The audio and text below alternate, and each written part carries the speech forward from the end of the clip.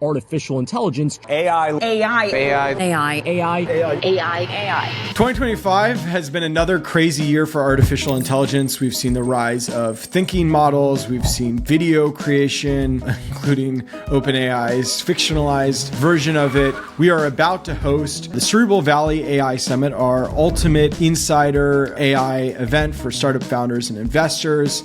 I host that event with Max Child and James Wilsterman, my dear friends and the co-founders of the voice AI games company Volley. They're coming on the show to pick up where we left off on our AI startup draft. We've been picking the biggest names in AI startups, and it's a good way to learn about the top Silicon Valley startups that insiders are paying attention to. So we're going to have a fun time picking up new companies and dropping them from our list. But first, we will discuss some of the key themes in AI going into Cerebral Valley, thinking through what's really happened over the last 12 months. So give it a listen.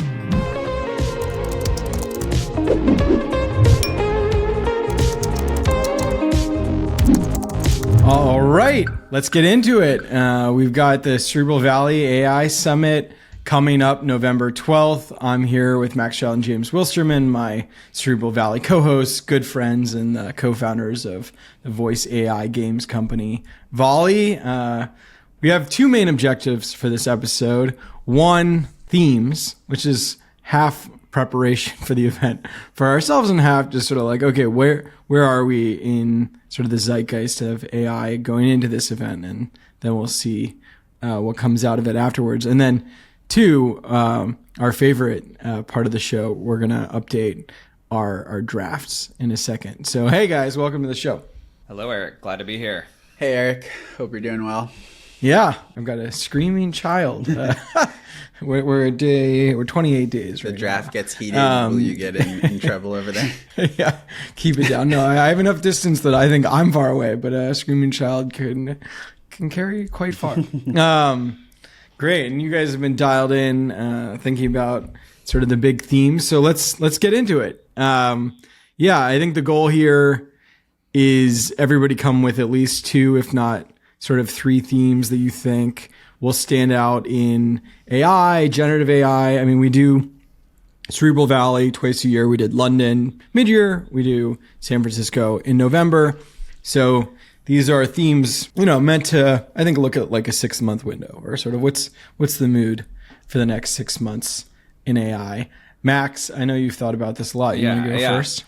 I mean, I have a bit of a look back and a look forward here in terms of 2025 and beyond. I think that what's interesting about this year is there were a lot of kind of industry prognosticators trying to call certain themes for 2025 back in like January, February, March. I remember distinctly I had some very intimate conversations with folks who worked at OpenAI. Intimate. They were intimate conversations. You're like in a sauna or what? Yeah. Let me tell you. The Gary Tan sauna. Couple cocktails, a little sauna action. It was a great time. I won't say whose house it was at. Anyway, and they basically were like, there's going to be two big themes for 2025. And I don't know if you guys want to guess these in advance. They were like, the two big themes are 2025 is the year of agents and 2025 is the year of voice. And my contention would be that both of these themes turned out to be bullshit.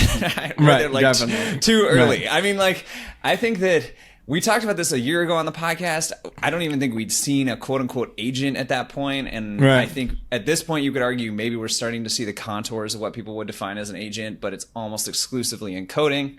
And then voice. Look, James and I are obviously voice bandwagoneers. We may have hand constructed the voice bandwagon out of wood and nails about 8 years ago, but I don't really think 2025 has been the year of voice either. I think there's been progression in voice recognition, in TTS, 11 Labs evaluations, things like that. But I certainly wouldn't say we're all spending every day talking to voice AI. And even the products that we use, I don't think have made maybe as much progress as we would have expected. So that was my initial framing for this, which is those were the two expected themes for the year. What didn't happen? Yeah, it didn't happen. James, your reaction to that? I have some ones that did happen, but yeah, go ahead. Yeah, I mean, I agree. I think that a lot of companies built out foundations for agents. I think OpenAI just came out with their kind of agents drag and drop framework, and there have been a lot of other companies entering that space.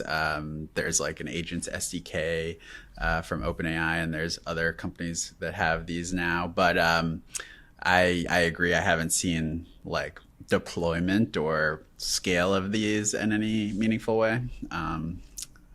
I think the fact that people talk about agents is itself a sign that things aren't where they need to be, right? Like coding, customer support. Like if you're succeeding, you just say, oh, there's this great use case. And like, I feel like you don't start talking about SaaS and software as a service until it's like, okay, you've got some products people can point to. It's like vertical SaaS becomes a thing because you got like MindBody and you say, oh, you can, provide for this sector, we'll do it for everybody else. But I feel like with agents, and this isn't the first time this ever happened in technology, but people are like, sort of concluding how all this can play out without sort of the first really successful use of agents. Because we say coding, but even with coding, it's like a lot of it is a sidekick, right? And not necessarily like, Devin running on its own. Yeah. I mean, I think that Andre Karpathy obviously had a very notable podcast a couple weeks ago on Dwarkish podcast where he talked about development in agents, and I think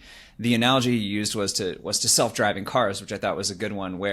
But more like self-driving cars back in 2016 or 2017, where he's saying, okay, if I think of an agent as essentially a smart intern who can go off and do basically any sort of task that I assign them, like, it can do a little bit of stuff, and you give it a very specific use case and a very focused set of, check boxes it needs to check off. It can occasionally go off and do interesting things.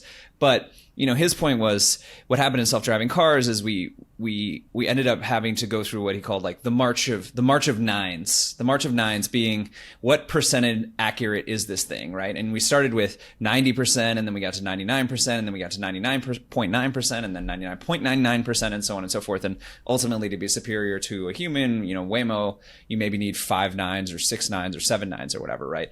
And he's saying, hey, agents are maybe at the first 9, today. Maybe this, you could argue the second 9, but I don't even think you could argue that really. And we're probably still 2, 3, 4 more kind of 9s away. And maybe things are getting 10 times better every year. So that's only 3 or 4 or 5 years. But he put more like a 10-year timeline on sort of fully, human capable level agents. Why do you think companies like OpenAI are moving so fast in this direction, building out the SDKs, the no-code interfaces, the browser agents within their Atlas browser? I guess like why is it marketing, or is there a belief that this is further along than it is, or a different take on how the timelines might look? I mean, my argument would be it's competitive defense, basically. Like, there's people doing these little agentic drag and drop frameworks, and they're like, we better do that. And then there's people doing, browsers, and they're like, maybe the browsers will be a thing. I guess we better fucking do a browser, Like, it's like, that's my argument. I could be wrong. Obviously, they're much smarter than we are. They're much smarter than I am. Like, they've figured out a lot of stuff that we would have never figured out. So maybe they see the future. They see the 2-3 year agentic vision, and it's they're building towards that right now. I think, yeah, maybe the more charitable interpretation is they can see where this thing's going to be in 3 or 5 years, and that we're putting all the foundations in place today. But it doesn't seem like they work that well. Like, I have not heard of anyone using this agent drag and drop composer thing to build an agent in the last 4 weeks since they launched it. Have you? I mean, it like basically vanished without a whisper in my social feeds, I guess. I'm going to offer a theme, I guess, that feels like it follows the same pitfalls of the ones that you said didn't come true. It's sort of like it's going to be voice, it's going to be agents, and I'm going to say like fiction frenzy. It's with the Sora creation and just and also speaking to your 999 issue. It's like, okay, what doesn't require stuff that's like, totally accurate, works well. Like, the problem with agents is it's compounding. It's like you make a mistake here, you have even more mistakes down the line. So just the errors are huge, where stuff where it's like create, regular people create content, fictionalized stuff. I think that's has a lot of promise. And so, and then everybody copies OpenAI. And so they have their Sora app. It got a lot of downloads. And it's like, oh, if that can work, we should we should lean into that. Yeah. And the last thing I'll offer on this theme, maybe it's an overly expansive view, but I'm trying to also capture the clearly serious like mental health thing and the sort of like people spinning up their own worlds and how that's going to loom in the AI story too. It's like this is sort of my consumers going wild with what is possible with AI and who cares how accurate it is at the moment. Why is that a tale of things that didn't work out, or how are you thinking of that? Well, just because it's a very like, oh, we're going to build a Sora app, or, it's like you see a glimmer of something. It's like you see coding, and so we're all going to have agents in every category. You see, maybe a little funding going to voice. I just think it's the sort of like you got a sign of some success, and then the AI world is desperate to see more, and so you're saying, oh, there's going to be so much building there. So I think it's just reading a little bit too much maybe from one area of success. But I mean, you guys are you're trying to do fiction AI stuff. What's your read on what's possible? Yeah, I mean, I was going to sort of say, like, I think that AI video is the one that kind of came out of nowhere this year as like an actual theme of the year in some ways. Whether or not you think it's good enough yet, I think that's an interesting argument. But I think that, VO3 in May and then Sora, a month ago, definitely like sort of felt like minor nuclear explosions in this sort of consumer scene, right? Especially the Sora era where you could rip off classic copyrighted IPs for like a week or 5 days or whatever it was. Make a SpongeBob episode of yourself and any character from history you wanted. And I just felt like those seem to achieve actual consumer breakouts in a meaningful way. And they fell off a big cliff, I think, when they pulled all the copyrighted material out. But I do think that AI video is something that has kind of crossed the chasm into actually useful now, whereas maybe a year ago it was sort of more of a curiosity. I think, again, you can make the case that it's not a part of our everyday lives or whatever, but it feels like it made a big progress. And then I do think the AI psychosis theme, which is a little more of a negative theme, is a real one and probably a big part of the future of our lifetimes, is this sort of like Right. AI-induced psychosis and AI-induced dream worlds and virtual friends, and can they drive people off the ledge and all this kind of stuff. So kind of a sad one, but probably Right. a very real part of the future. And do you guys think that, based on what you're seeing, that is happening at large scale, like the AI itself is the cause of psychosis? Or do you think Well, wasn't Sam Altman seems like he's owning this issue admitting a little bit?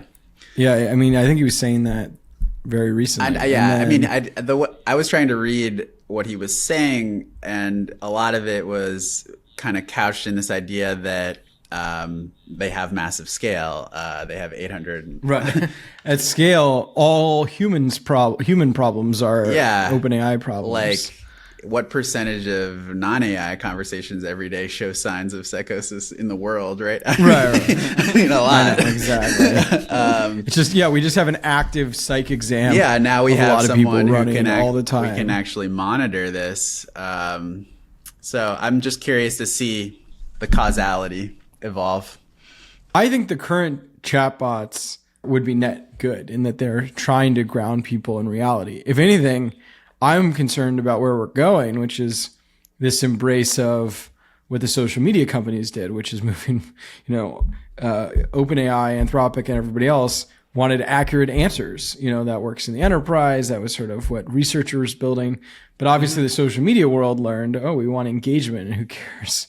The humans can decide if it's accurate. And so, things can get worse. But right now, if the models are trying to be accurate, often to me, it's bringing me back towards reality. It's like, okay, no, don't worry too much about that. This is what's normal. I think that's true, but I think clearly, like, especially pre GPT-5, and maybe in some other apps, like, you definitely saw models that had that sycophancy problem that would eventually go off the rails as the conversation and the context window got longer, and just start agreeing with you.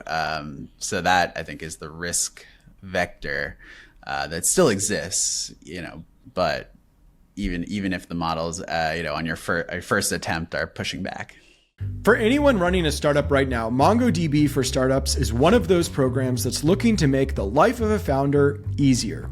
It's basically a shortcut for founders who want to move faster and spend less. You get free credits on MongoDB Atlas, so your product's ready to scale from day one without worrying about database costs. They also throw in 200 million Voyage AI tokens, so you can start experimenting with AI features right out of the gate. You'll get one-on-one time with actual MongoDB engineers, people who can help you troubleshoot, optimize, and think through your next stage of growth. There's even co-marketing and partner opportunities, which means more visibility and potential customers without extra spend.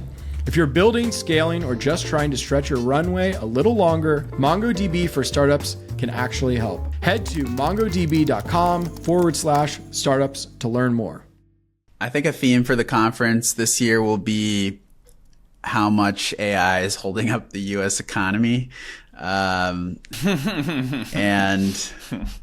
whether, I think there's a lot of downstream questions from that, but like, you know, whether it's a bubble, especially in the AI infrastructure build out, whether AI is going to cause a bunch of massive job losses in anytime soon. You know, how does the music stop, or how does this whole thing wind down? And if you didn't have these massive data center build-outs, would the entire political situation in the US be different? Would you know, Right. You know, would we be in a recession? And then also, like, to what degree is there round tripping of investments between all these companies that is risky? I mean, the debt stuff is getting crazy, huge amounts of money. You know, the first Cerebral Valley was March 2023. Mm-hmm. And there, if you were in that room, I should have been more entrepreneurial, but you could have made a lot of money just being like, oh, these people really see where the world's going. Let's like invest in NVIDIA. You know, like people did make a lot of money doing that, yeah. you know? As you'll sort of see from our draft picks later in the episode. Anyway, but I think this one, I don't think this is necessarily the end of the bubble. I mean, .com ran for years and years, and obviously, like, you know, some of the things sustain in bubbles. You know, it's like people start shouting bubble when you're at a valuation that might not, you know, they might be below where the bubble ultimately falls to. So it's like there's a run up. And then there's a big fall. People hate the fall. So I don't know where we are, but I do think this one, it'll be interesting to see who plays the role of like cheerleader. It's like, yeah, things are good. Like, we need this party to keep going. You know, the sort of, there'll be the true believer cheerleader. There'll be this sort of disingenuous cheerleader where it's sort of like my job in this whole business and my employees hang on, me saying this thing's great. And then I think we attract, and I think this will be a large segment of sort of the realists, and this is one of the reasons I like AI more than crypto. I think it's less cult-like, and I think there are lots of people that are like, I'm doing my smart enterprise thing. We're selling to reasonable customers, and yes, obviously I'm happy that OpenAI might get, you know, 10% better because of wasteful, you know, infrastructure spending, but it's not necessarily how I'd run my business. So I think there'll be voices of caution. I don't know. What do you guys expect, I guess, in terms of hype or bubble caution? I mean, I do think it's become like the intellectually en vogue thing to like talk about the bubble and like complain about the bubble and everything. I'm not totally sure that anyone's like investments are really indicating that they believe there's really a bubble or that they believe it's going to pop anytime soon, I guess would be a investments in terms of venture funds, companies, strategies. Venture funds, LPs, you know, to your point about crypto, it's not sort of all about like exiting with, you know, with the bags before everyone else like gets scammed, right? Like, I don't think people are selling out of these really hot companies very much, and I don't think that people are, you know, not doing the next round at the next craziest valuation yet in any meaningful way, right?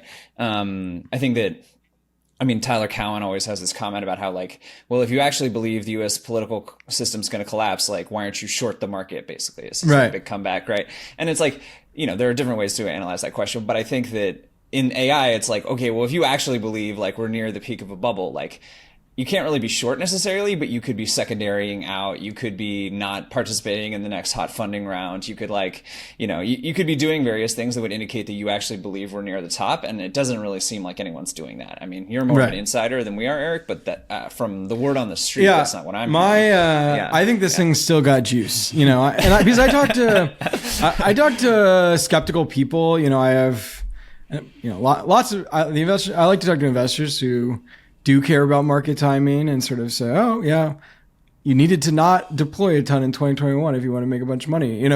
Those types of investors are super useful. And I think they're the party's still roaring, I mean, just, what Amazon's laying off 10% of their corporate staff. If new jobs are going to AI, if consultants are being taken by AI, there's you can do huge market sizing on this stuff. Totally. There's a funny case study I saw. I don't know, this is one of these, it was on Twitter things, so I should be a little more responsible. But somebody was a company was going to buy its AI startup, and then the consultants, as part of the acquisition, made a demo product that was supposedly as good as the startup in 2 weeks. And is that pro AI or anti AI? Because on the one hand, it's okay, you don't need to buy this. There are lots of fake companies that could be bought. On the other hand, it's oh, you think it's a valuable thing that can be built in just 2 weeks. I don't know. It seems like there's a lot of stuff coming. I mean, the numbers that people are able to raise for compute and scaling and everything are still just out of control. I mean, there was that rumor 18 months ago, remember, that Sam Altman was trying to raise $7 trillion for scaling, right? Yeah. And people were like, ha ha ha, that's so ridiculous. $7 trillion is 1/3 of US GDP. Right. It's 1/3 of the US economic output. And it's just Sam Altman personally is going to fundraise 1/3 of US economic output for some microchips.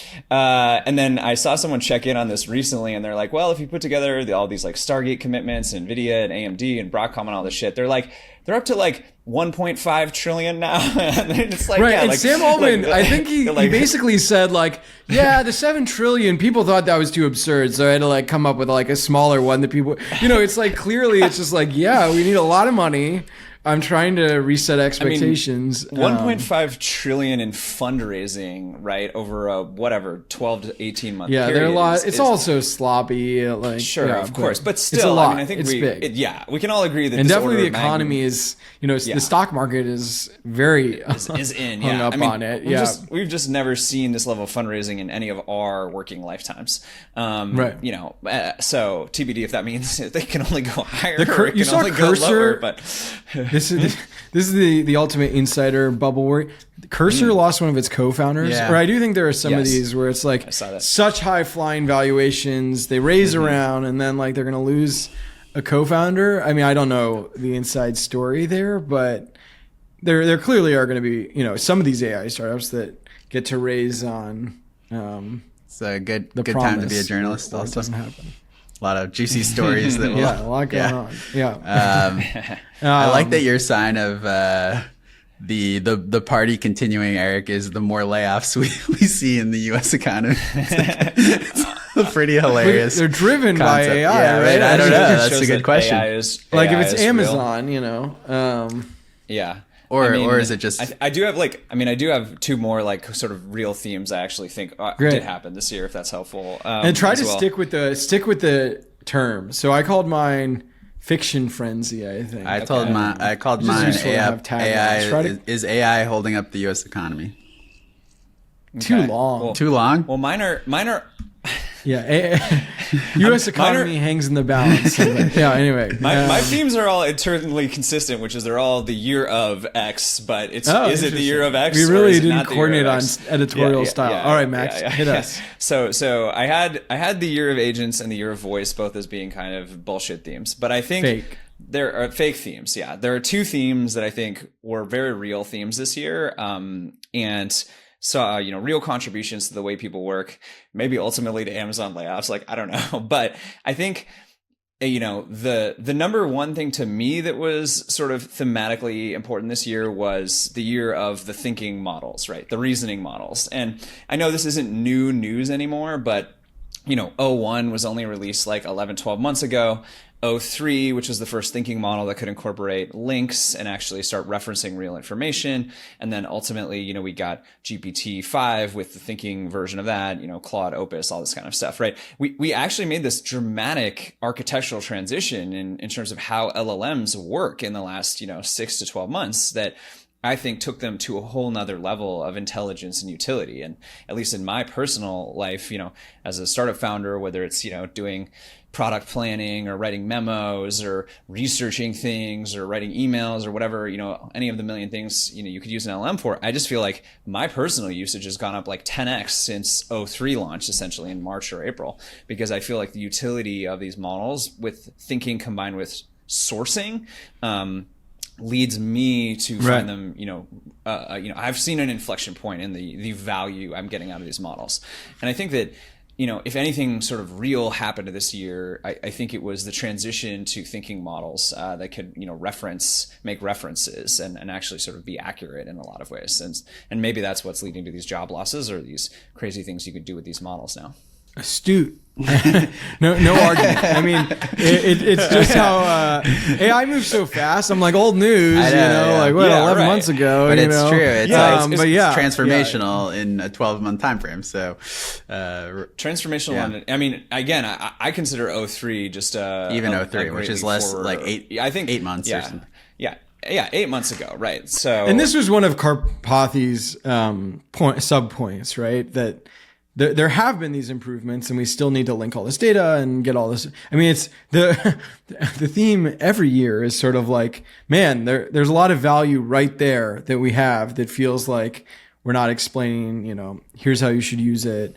I mean, at Deus Ex Medicina, the health event we did, some of these companies, I don't know, are they that different than ChatGPT? But they're wrapping it in like doctors feel comfortable with it. They're showing doctors the sources. They're making it work for medicine. And this wasn't one of my themes, but medicine is one of the areas where AI is going super hot. I think there's a lot of value I think similarly, Harvey as the legal AI, the sort of, scuttlebutt 2 years ago was that it actually sucks and it's not very good, as a legal model. And then I think basically it got a brain transplant from these thinking models in the last 9 to 12 months. And I mean, my parents are both lawyers. My dad's like, it's awesome. It's amazing. I just feel like the buzz you're hearing on Harvey or similar legal models is just way more positive in the last 6 to 12 months. And I would argue it's all kind of downstream of how good these thinking models are. I mean, I think ultimately, it gets into this question of,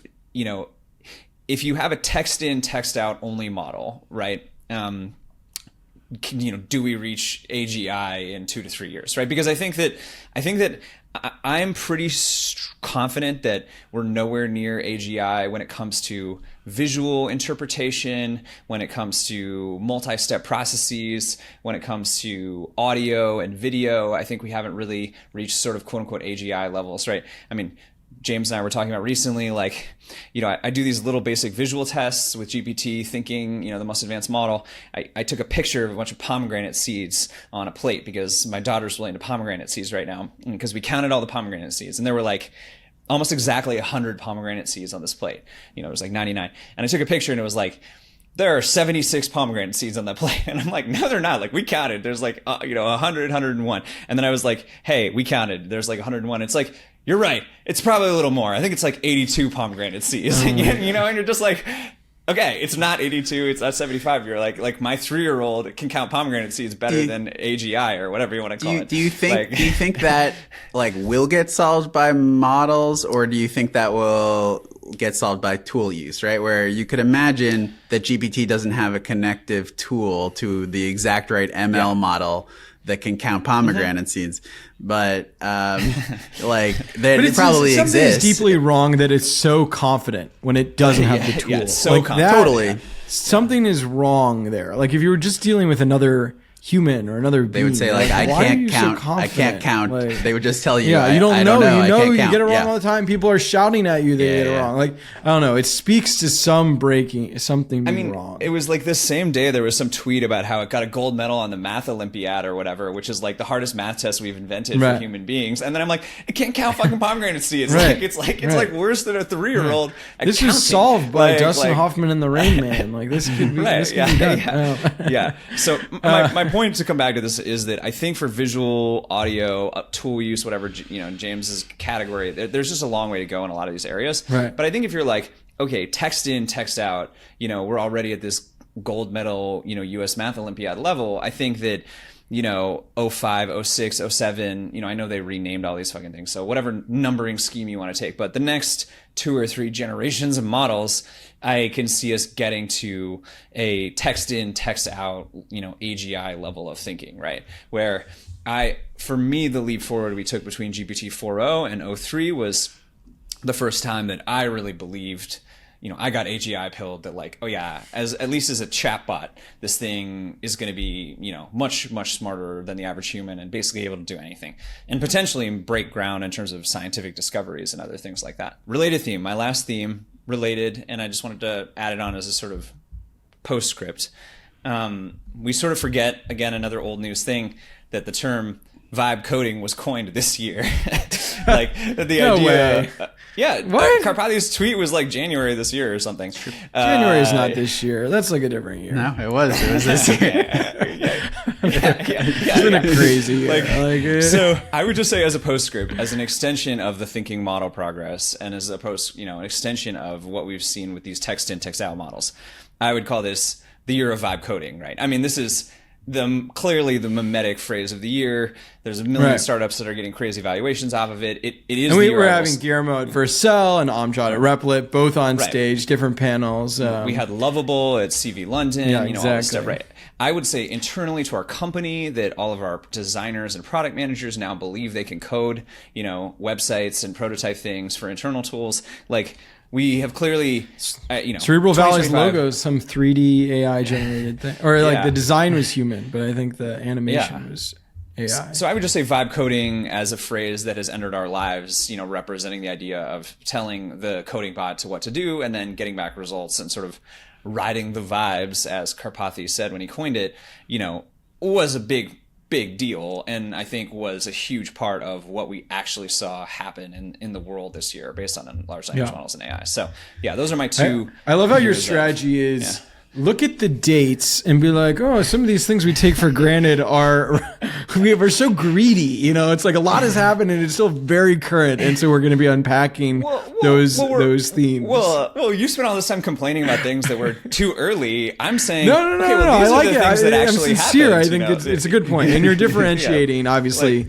agents yeah. and other stuff. We got hype. Right. I'm not criticizing. These are It's the just things funny. that actually worked this year, in my opinion. Right. Yes, and date them to 2025.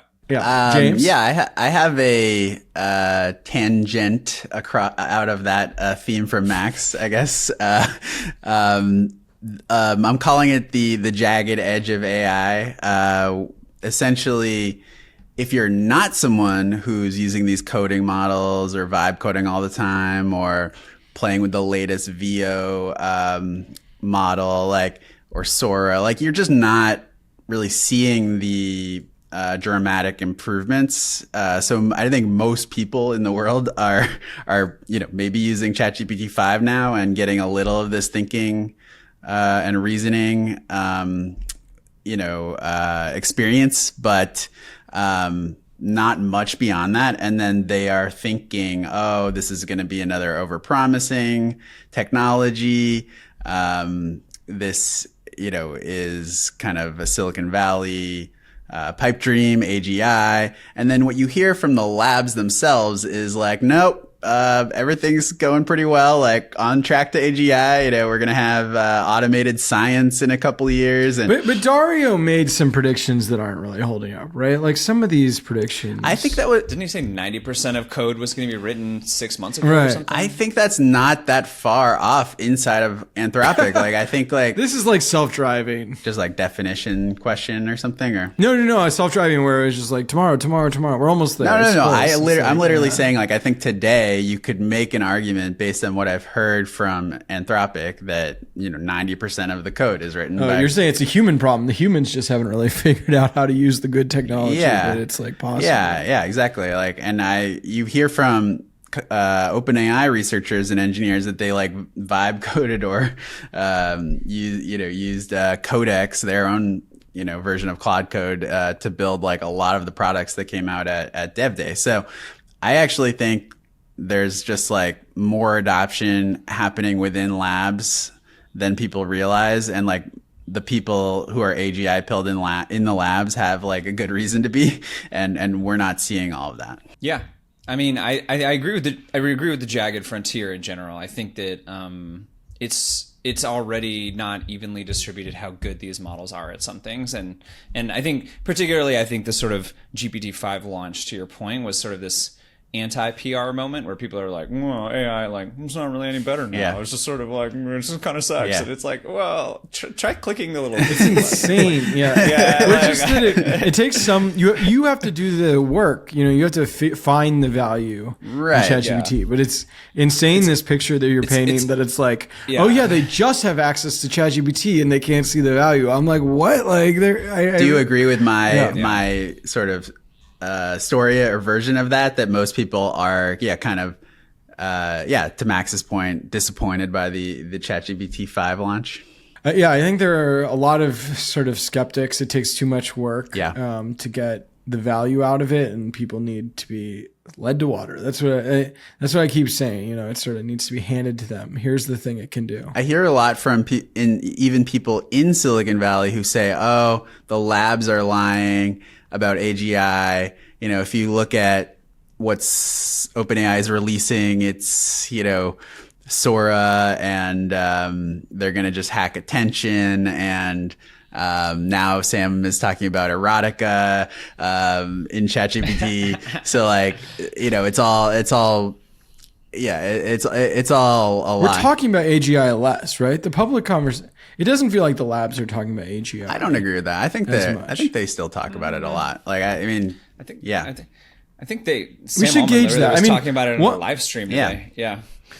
I mean, one thing... Microsoft, right? Like they just announced this... yes, it's contractual. Contractual, yeah. Microsoft had this deal with OpenAI, and, some of the triggers some of the deal terms are conditional on AGI, but in some ways it goes both ways because it's a deal. So Microsoft could be like, AGI is not close. That's good for us. We have a better deal, so maybe OpenAI thinks it's close. Now, I guess OpenAI can declare AGI to get out of the contract, and then there's like an independent panel of reviewers that will decide if AGI has actually been achieved, which I thought was pretty interesting. Here's the last theme that I'll be quick about. Don't say EA. Like, don't say effective altruist. I mean, that, not like we're bringing that up all the time, but I think, Anthropic has obviously run away from that term. We had Holden, right, who is a former head of, speak at one of them. So it's come up. He's married to Daniela at Anthropic. She spoke. Like, Anthropic doesn't want to talk about effective altruism anymore. And then there's this sort of Trump world sort of thing. You saw David Sachs fighting with Jack Clark over having any sort of safetyism. And so it's beyond just don't say EA. It's, will people talk about safety at all, and how much in sort of a Trump world is even just worrying about AI safety lib coded, and therefore nobody wants to talk about it.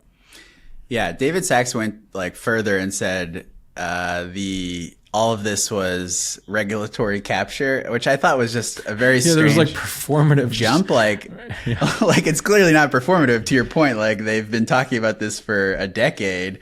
Everything he does is disingenuous. All his arguments are motivated for some end, so he cannot comprehend someone having an argument just on principle.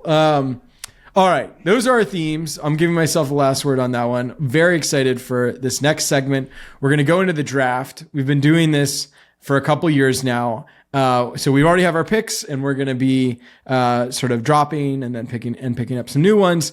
And I'm very excited to say, with the upped production value on the Newcomer podcast, we have a hype video to catch you up on what we've done, to try and make this comprehensible so you can follow along this ultimate feat of nerddom, which is taking what people do for cool things like sports and using it to pick not just AI nerdy things, but companies. I feel like it's a double whammy of loserdom, and that we're rooting for companies to succeed, and we're interested in tech. So anyway, here's that hype video.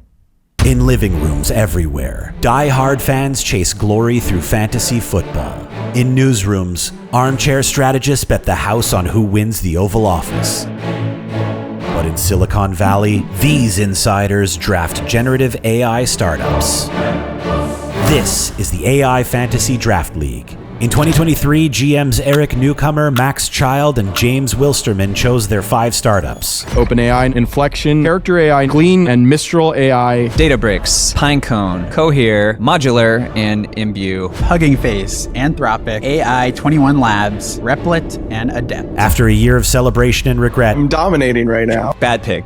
In like 6 months, that has just totally changed. the GMs went back to the table to evaluate their teams and prepare to add 2 second-round draft picks. With Eric in the lead in 2024, followed by James and Max struggling to hold on to his franchise. Death-defying public IPOs, market fluctuations, and many rounds of funding later, the boys are back in the hot seat once again, all in the hopes of glory on November 1st, 2028, when the champions will be crowned by total market cap valuation. Welcome to the 2025 AI Fantasy Draft League, presented in partnership by Newcomer. Wow. Oh, incredible. Production value Incredible has work. just skyrocketed. If that had come out before TBPN existed, I would say we should start TBPN. Not like TBPN invented production value. It's like I YouTubers have know, been doing I this know. forever. Everybody's but anyway, I'm Look, we very ripped happy off with that ESPN teaser. before they did, okay? I know. And Riley, my business guy, literally one of his main editorial insight the whole time he's been here, he's been with me 3 years, has been like, you need to be more like sports. You need to be more like sports. He's like, couldn't be more correct on that. Yeah. I told you. I take this seriously, so I feel like the sports thing is a little glib sometimes. Anyway, I love that. That's great. We should get into it. James, you're the both a player but also sort of the game master of this. I don't know what do you call it when you run Commissioner. the league? Isn't there a term? Commissioner. Commissioner. Yeah. Okay. Yeah. This is year three of the draft. We've been working on this for a while now. We all have teams. Just to set the rules again, we drafted a few teams originally. Now there's like waiver pickups, and you can add and drop teams. We're drafting companies that have raised over $100 million, have a core use of generative AI or a core role in the generative AI ecosystem. There are some excluded companies if they're really focused on bio, health, defense, cloud computing, or chips or silicon. We robotics. blocked the whole chip infrastructure thing, Yeah. which is sort of funny in retrospect been this now that huge. everything's flowing there. But we excluded that. Yeah, we could always bring it back if you guys don't think we have enough companies not to on the spot. Yeah, no. We're not focused on robotics companies or China companies based in China. It's a snake draft. This season, this year. I always like to say I insisted that we have an auction for who goes first. And we auctioned, and I paid $75 billion so that I could pick OpenAI first, because my view from the beginning was that OpenAI was going to swamp it all, and you needed the winner. It's a home run business. So far, that strategy is doing well, though Anthropic. So far, OpenAI is worth more than James and my team combined, basically, which is a perfect expression of power law dynamics. Right. Now, you did pay a $75 billion hand cap, so it's a little bit under, but it's pretty damn close, which is kind of mind-boggling. But it wasn't like, I just happened to go first by some random chance. I paid for the right. knowing that we would fight for OpenAI. And your team's worth close to 510 billion right now, including that handicap of 75 billion. Max, your team's worth 150 billion, and my team is worth close to 400 billion. Just to catch you up on last season, we dropped a few companies and we had some exits, so that opened up new slots on our teams. I drafted XAI with the first pick last year, and that's been a huge win. Now rumored to be valued around 200 billion. Great fall in your lap sort of opportunity to go first. Is this the moment where I get to say I basically got coin flipped out of being in second place? Because if I had drafted XAI, I would be in second place by a mile, just like James. For the record, fair. Well, fortunately for you, Max, you get to draft first this year. Yeah, I know, and this is the year where there's no fucking obvious wins. Yeah, I know. This is I get the first pick in the year where everything's worth $10 billion and nothing's worth 20.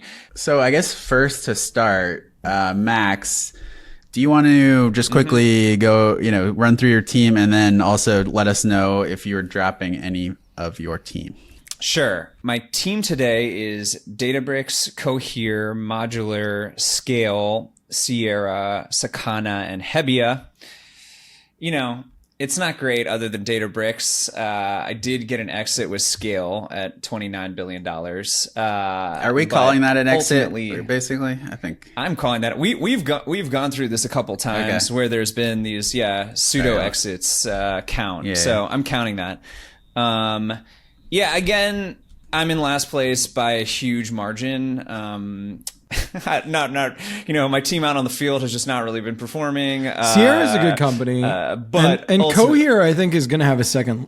I think they're holding on. There's some value here. I think ultimately, as I said earlier, had I won the coin flip and gotten to pick XAI, I would be breathing down Eric's neck, kind of like James. And instead, I'm a joke, looming far in the background. So, with that, I'm gonna do some aggressive restructuring of my team this year, and do some heavy dropping and try to pick up a lot of value in a hurry. So I'm out on Scale. Yeah, I'm also going to drop Modular. I'm also going to drop Sakana, and I'm also going to drop Hebbia. So I'm going to make 4 picks in addition to my two picks that I get as part of the draft this year. So you get 4 picks, you get 4 plus 2, so you get 6 picks. Yes, that's a lot. Yeah. Yes. I'm shooting my shot here at restructuring. Look, sometimes you got to have a rebuilding year, and I think you got to go all in, which is what I'm doing this year. So we're really going for it. Eric, you're gonna pick second this year. So my team, first of all, I've dropped nobody. All my exits are from actual deals. So I think that's another point in my favor. But okay. I currently have OpenAI, Glean, Mistral, Perplexity, Safe Superintelligence, and Harvey. Codium just exited. So I'm /Windsurf, whatever you want to call them.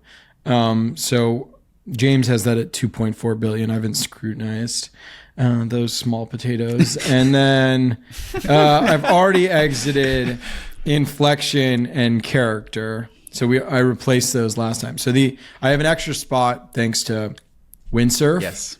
But otherwise, I'm holding on. I like mine. I mean, who knows what's happening at Safe Superintelligence? We're just betting on Ilya there. Perplexity, obviously, lots of zeitgeist. Glean, I really believe in the business. I just don't know. I think that one has the lowest to fall. It's just like, does it have the true insanity? It seems like this thing is supposed to end what we said 2028 November. Yeah, 3 years. It's like the bubble could still be going for all we know. But Glean, I feel like bubble or not, I'm betting on that one.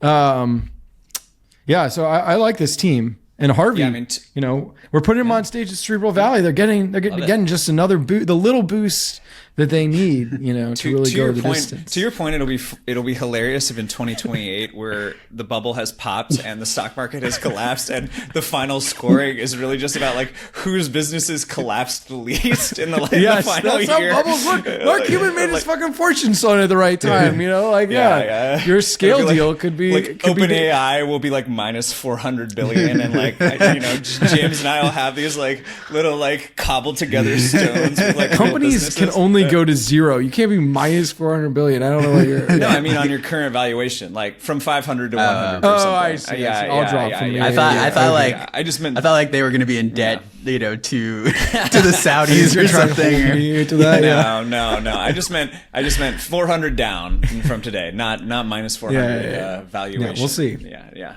Okay, so 3 picks for Eric, 2 new picks, and 1 exit. My team is Hugging Face, Anthropic, Replit, XAI, Runway, 11 Labs, and Poolside. Getting some value from XAI, obviously, and Anthropic. The rest, sort of small potatoes, but Poolside is kind of rumored at that $12 billion valuation recently, which I think is interesting. 11 Labs just had a tender at 6.6 billion. And Runway rumored at around 5 billion. So, some value here. I'm definitely thinking about dropping Hugging Face this year. I don't have any exits this year, so I'm going to drop Hugging Face. They just haven't raised. Brutal. They just haven't raised. Man. I never thought that pick made sense. We shit talk it a little bit when you. We did kind of shit talk that pick. So you guys were right. We also shit talked other picks that. I mean, I don't know what's going on there. It's an interesting question because they were the hottest company in the universe kind of when you picked them at the small scale. Like they were like really zeitgeisty in the early stages. And I don't know. They're sort of out there. People put their models up on Hugging Face, but maybe for some reason they have not gotten that AI premium like everyone else. Yeah, I mean they did rate. I think where were they at when I drafted them? I mean weren't they at 4? Yeah, 4 billion. So 4.5. Yeah. So I don't know. It just seems like maybe hard to get another round done at a higher valuation there. So I think that I'm gonna have to drop and free up a spot there. The other ones are a little trickier because they're all doing pretty well, but are they the next OpenAI? Poolside is a black box. Yeah. Poolside's a black. Poolside still feels in the big, go bigger. Replit's still hot, obviously. Amjad's coming to the conference. XAI is great. Runway's pretty exciting in the video space. 11 Labs is raising at, seemingly every year at increasingly large valuations. So I don't know. That's a good one. I think I'm just going to leave it at that and take three new picks. Great. All right, let's do this thing. All right. Time to pick. Max with the first pick of year 3. I'm going to go with my gut here, even though this technically isn't the highest valuation on the board, and just go with the strongest vibes, I think, available on the board, and say Cursor, the coding application. You're locked into that? You're locked into that? I'm locked into Cursor. You wanted that? I think that's insane. I'm overjoyed. I'm like, that was not one of the ones I was going to pick. I just think that my other options are Cursor competitors, essentially scale AI competitors, questionable foundational model companies. I don't know. The heat on Cursor is so hot right now. So I'm happy to hear the negative case now that I picked it, since Eric clearly has a strong one. I just think it couldn't be hotter than it is. Yeah. I mean, but that's what we said about OpenAI. But it's like 20 billion, right? Why do we have it? We have it listed here at like 9. Oh, yeah. Right? Okay. I think it is 20. So maybe it is number 1 right now. Yeah. I mean, has there not been a lesson from this draft other than draft the highest valued company for the first pick? Certainly, yeah. We're going for market caps, not sort of climb. So we're 2 for 2 on the highest valued company being the best pick in retrospect so far. So I don't know. I can't talk myself out of taking it. It is rumored at around 30 billion. It's just not raised. 30. It's not raised at that level. So it's all right. Max, it's a good Max, remember when the last 2 years you told us like that we were dumb for picking all the hypiest companies and no, I wanted XAI. I wanted XAI. I wanted XAI. To be clear. Yeah, definitely. Pull the tape. I wanted XAI. So don't retcon that. If Tesla and XAI ever merged, we're gonna have like a big challenge in valuing that company. I also believe I believe I bid up Eric farther with OpenAI than you did, James. So I was more of a believer. That's true. All right. So I'm next. With the next pick, Eric. This is a hard one. Not so easy now, is it, bucko? It's hard to be the man in the chair now. I am picking Cognition Labs. Okay. All right. So you literally went for the despite being Pepsi to skeptical of Cursors agents, Coke with your pick. They're like, what? What is it? You went. Pepsi. I picked Coke and you picked Pepsi, and you were shitting on No, my pick. I'm betting on this is fucking Red Bull. This is the next generation. They're like doing the new thing. You guys are stuck in the past trying to sell sugar water. You know, like yeah. Wait, how is Devin Red Bull? Please explain. Just because it's like they have a new growth strategy. They're doing new things. I'm just saying it's like it's not Pepsi. I mean, obviously, you know what Pepsi. I assume is bigger than Red Bull. I don't actually know, but I'm just saying, you know, Cognition's got some juice. They got new things going. I feel like there's upside. That's what I'm trying to say. They're the new coder on the block. Even though they've been around, I feel like their momentum is going to be hitting over the next 12 months. All right. Sounds good. Good pick. I have some tough choices to make here for my first pick. You get 2 picks. I get right? 2 picks. Yeah, that actually helps a little bit. We do a snake draft. Yeah. Yeah. I'm going to take, for my first pick, Mercor, which is the data labeling startup. That was my second choice. Isn't that also basically a scale AI clone? It is. I mean, Yeah. I'm okay. All right. Which did exit at $30 billion. Don't right. get me wrong. And apparently when Scale kind of got acqui-hired by Meta, like a lot of business seems to have gone to Mercor, like because all the other labs were like, oh, I don't want to send all of our data to Meta. So just raised, I think in October, a $350 million round, is what my research says here, and then valued at close to 10 billion. So going with the data labeling play, which is another hot area of AI right now, definitely could come up as a theme in the conference. I'm happy either way with what you go. I think I'm feeling you're making my life easy for my next pick. Really? You like, but because I don't have to make the decision. I'm saying I think there are 2 obvious ones to choose from. Now. Oh, and you're saying that I have to choose one or the other. Okay. Yeah, and I don't have to, and then I'll just get the other one. Okay, well, let me take a look here. For my second pick. I'm like nervous. I take this very seriously. I'm going to have to go with Thinking Machine Labs. I just think it's another foundation model play, and who knows? Those are the only ones that seem to like matter in this draft in terms of potential upside. Ride with. And the insane acquire potential there is huge. True. And there seems to be a lot of true believers there because like it seems like Mark Zuck can't poach anyone for tens of billions. Oh, he got one. He eventually got that guy. He got the founder of Thinking Machines. Yeah, that's right. Yeah. No, he grabbed the founder of Thinking Machines. Fair enough.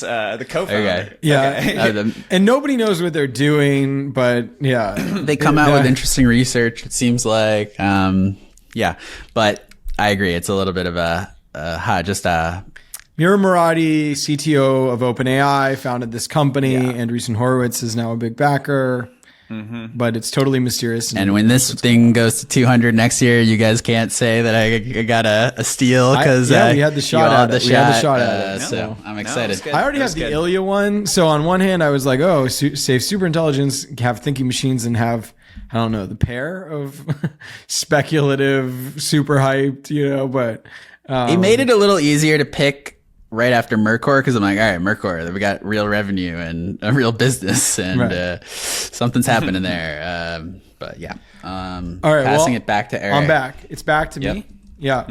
All right, this is a good one. I think you guys know what I'm going to pick, right? I mean, I have a guess, but I don't want to. This founder can eat the fucking world. I sit down with him and I'm like, what business aren't you going to destroy?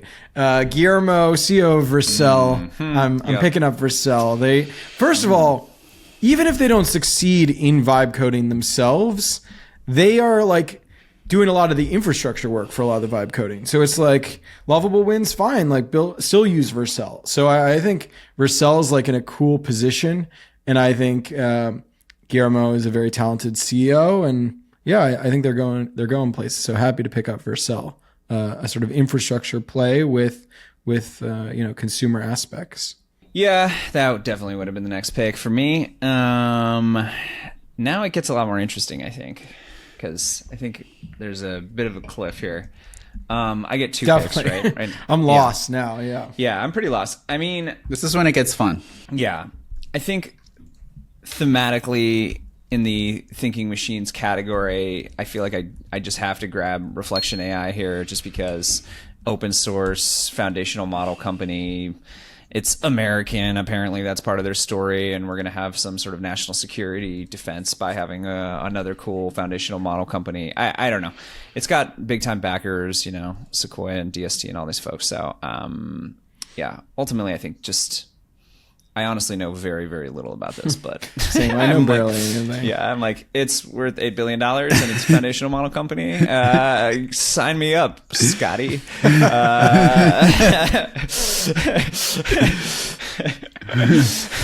Man, it's easy to be a VC.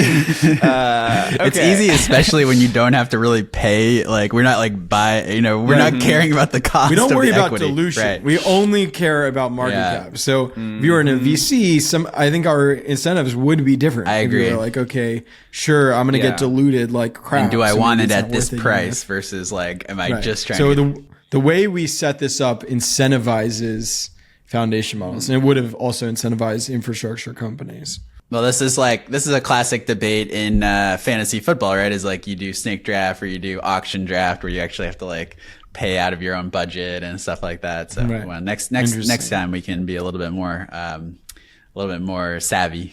Yeah. Okay. This next one, I'm actually going to take what I consider to be a real risk on here, because I think we're starting to get into the risk part of the draft here. Cerebral Valley alumnus here. I'm going to take Lovable. I just feel like the momentum around Lovable as a brand name or a meme or whatever the fuck you want to call it is just so incredibly strong.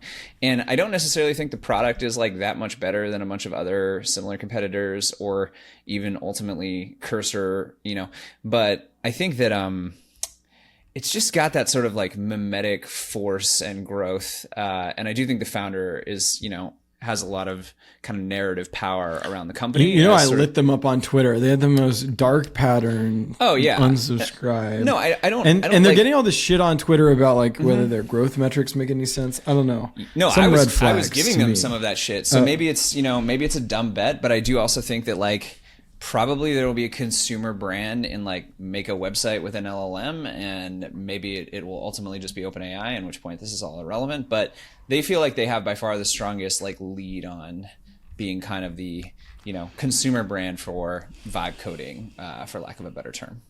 So yeah, I don't know. It's a bet. I'm not in love with it, but I've got to take some shots, and they feel like they have a very strong strong mimetic force behind them, I guess I would say. And you're gonna get a lot of picks at the end of this draft, I think, because Eric and I are only picking. Yeah.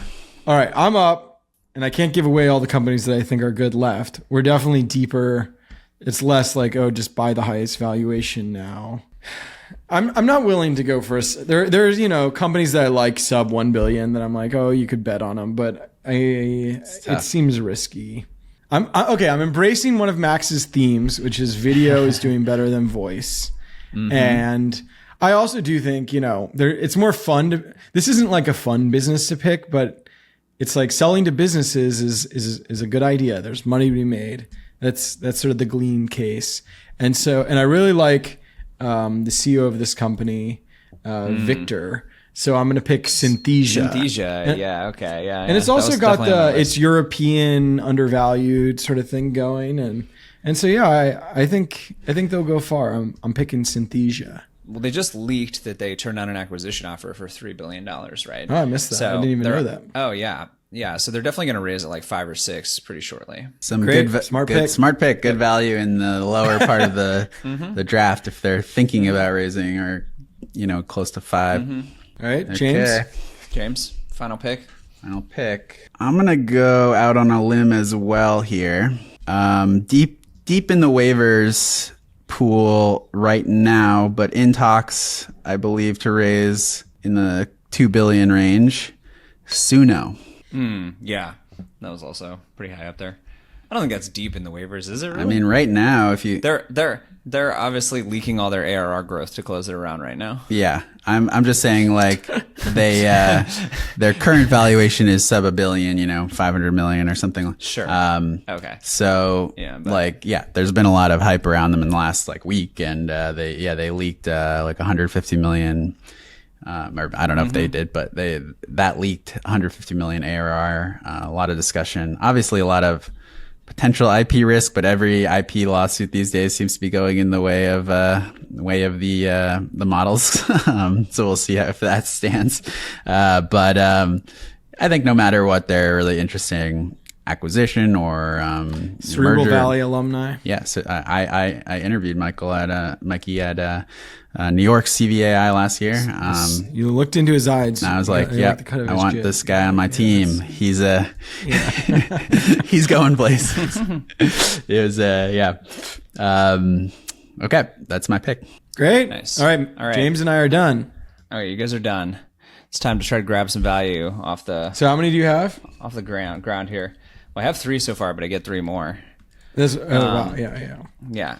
I mean, This is exciting. This is a fun thing for you to do. There are some cool This is my ones. rebuilding opportunity here. I did like Suno and Synesthesia. They both would have been in the mix. Oh my gosh. Yeah. I literally have them in my notepad. It's like, which ones I wanted here. For the first one, I'm just going to grab one with a good valuation that we use a lot at Volley because I think that, I don't know, it's a solid product and I have no idea if the business model is any good or what the future holds here. But I'm gonna take Fall AI, FAL AI. I've been hearing about that one a lot. Yeah. Interesting, but Yeah. it's not. I don't really know much about it.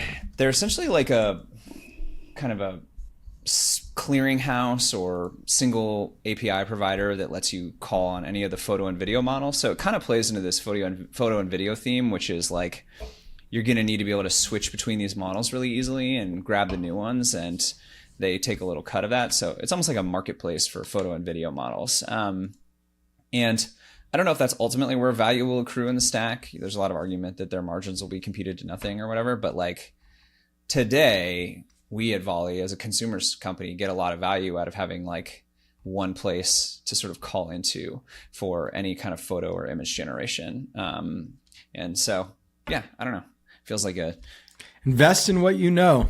Yeah. Pretty highly valued at $4 billion as well. Again, the opposite logic of normal investing, which is, I want to take those high valuations. Yeah, exactly right. I mean, there's this whole world model startup theme that James and I are very familiar with, which is this idea of like video, AI generated video that you can walk around in and, participate in as if it's a video game. One of our good friends and board member, Moritz Bayer Lentz, just raised $130 million for one of these companies. But in this space, I'm going to take... I think I'm going to take World Labs, the Fei Li startup. I think that it's just too much name branding to avoid. I mean, I've seen Descartes. I haven't seen General Intuition's product. I ultimately think Demis Hassabis and Genie will probably win this whole thing or whatever, but maybe this is a good acquisition or roll-up play at some point. What did you think about Descartes? Why not pick Descartes over World Labs? Yeah, I literally am just doing this based on like name brand, and my assumption is that she can raise a shitload of money, and that might ultimately lead to them winning the compute and the data war here. Yep. But obviously that could be totally wrong. Okay, last pick. I think the last one I'm going to take, and this is again probably just biased on what I know, is I'm going to grab Sesame, which is this glasses startup that's focused on realistic voice assistants built into smart glasses, which sounds terrible in a lot of ways. I would never pick that. They just raised $250 million from Sequoia Capital.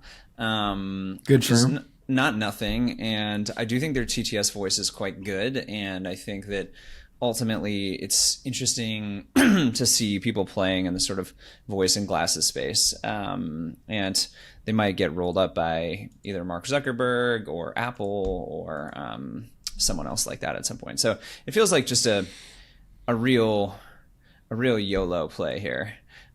Sure. And yeah, I don't know. It's just kind of fun and interesting, and I think the voice product is pretty good. So I feel like why not invest in that? So all right, that's it. Nice. Do you guys want to do Should we review quickly? Do a quick review? Sure. Yes, I will kick it off. My roster previously: Databricks, Cohere, Sierra, and that was it. And I added a bunch of new companies today: Cursor, star of the show; Reflection AI; Lovable; Fall; World Labs; and Sesame. And Eric? I had OpenAI, Glean, Mistral, Perplexity, Safe Superintelligence, and Harvey. And I picked up Cognition, Vercel, and Synthesia. And I had Anthropic, Replit, XAI, Runway, 11 Labs, Poolside. I just added Mercor, Thinking Machine Labs, and Suno. Good drafts. Yeah, fun. We have one more episode before Cerebral Valley on November 12th. We'll be making predictions or reacting to some AI predictions. And yeah, if you're in San Francisco and startup founder or investor, reach out about Cerebral Valley on November 12th. Thank you for tuning in to this week's episode of the podcast. If you're new here, please like and subscribe. It really helps the channel. We're building a YouTube channel. I think you can tell we're investing a lot more in our production, and we appreciate your support. And if you want the data, insider takes, real reporting, go to newcomer.co and subscribe to the Substack as well. Thanks for following along.